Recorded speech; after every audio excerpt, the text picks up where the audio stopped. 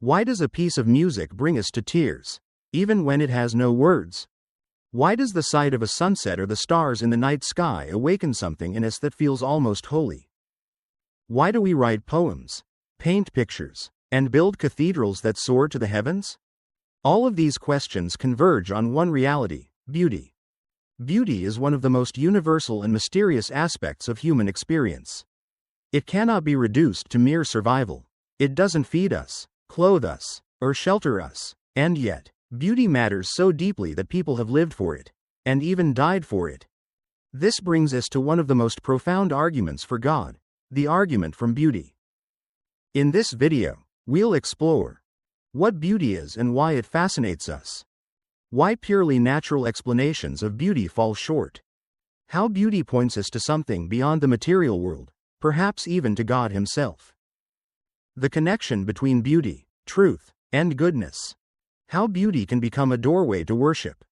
By the end, you might see that beauty is not just a luxury of life, it may be one of the most powerful signposts to the divine.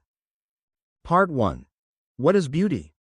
Before we can argue that beauty points to God, we need to ask, what exactly is beauty? This is not a new question. For thousands of years, philosophers, artists, and theologians have wrestled with it. Plato argued that beauty was an eternal form, an ideal reality of which all beautiful things participate. For him, beauty was not just out there, but a reflection of something ultimate and unchanging.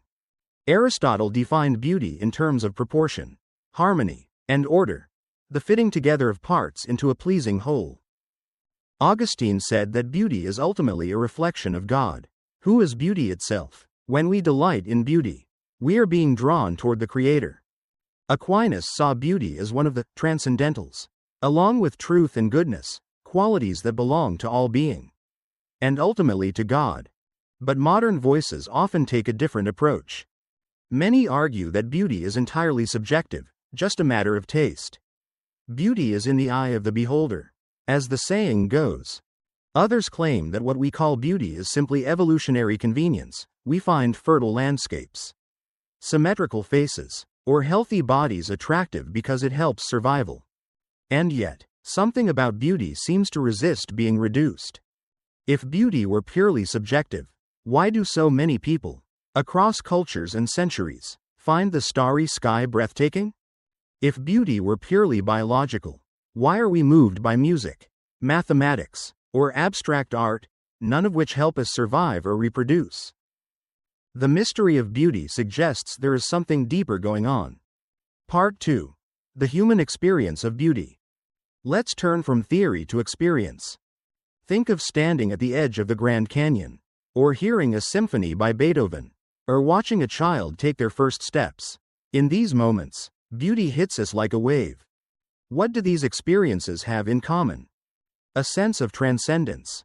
Beauty makes us feel as if we are touching something beyond ourselves. It lifts us out of the ordinary into the extraordinary.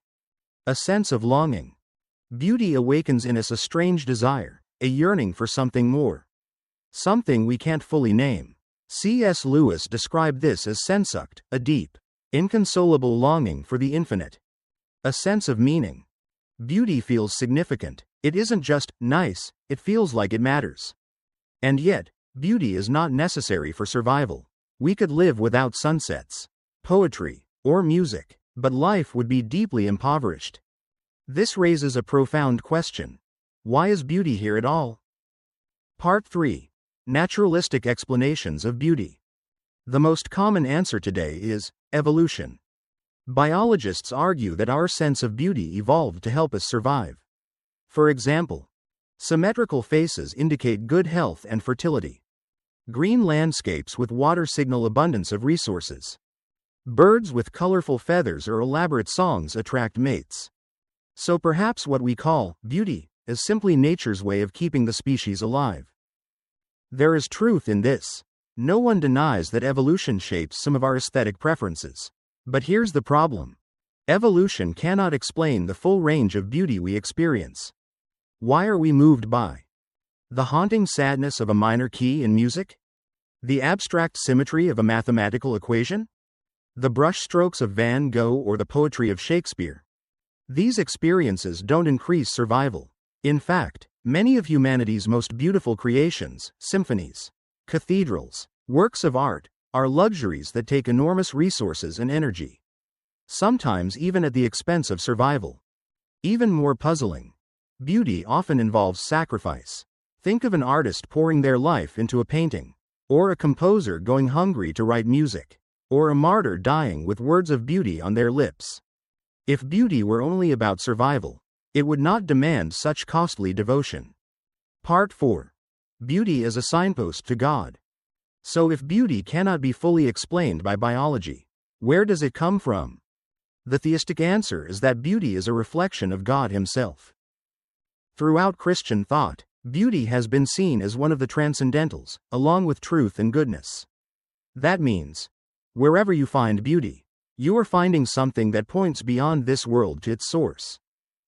Augustine wrote, "Late have I loved you, O beauty ever ancient, ever new." For him, all earthly beauty was a reflection of the eternal beauty of God.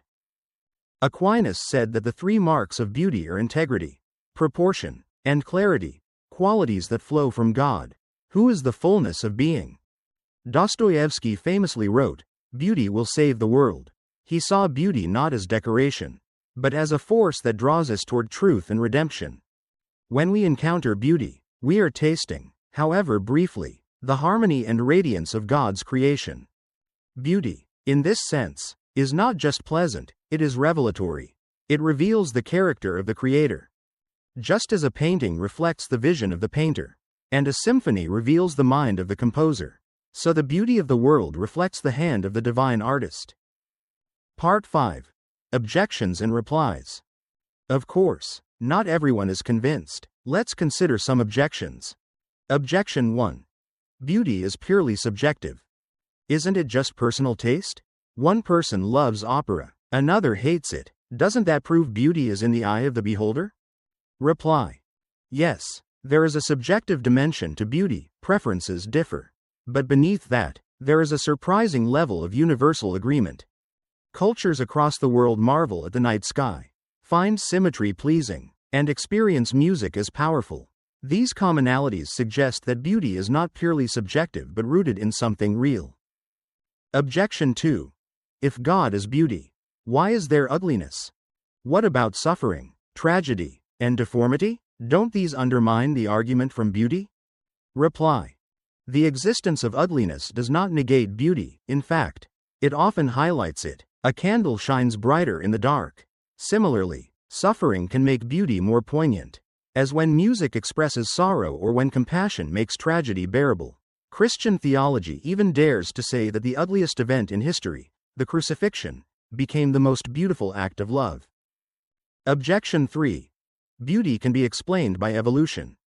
We've already addressed this, but to summarize, evolution explains some of our aesthetic instincts but not the full range or depth of beauty, especially our longing for the transcendent.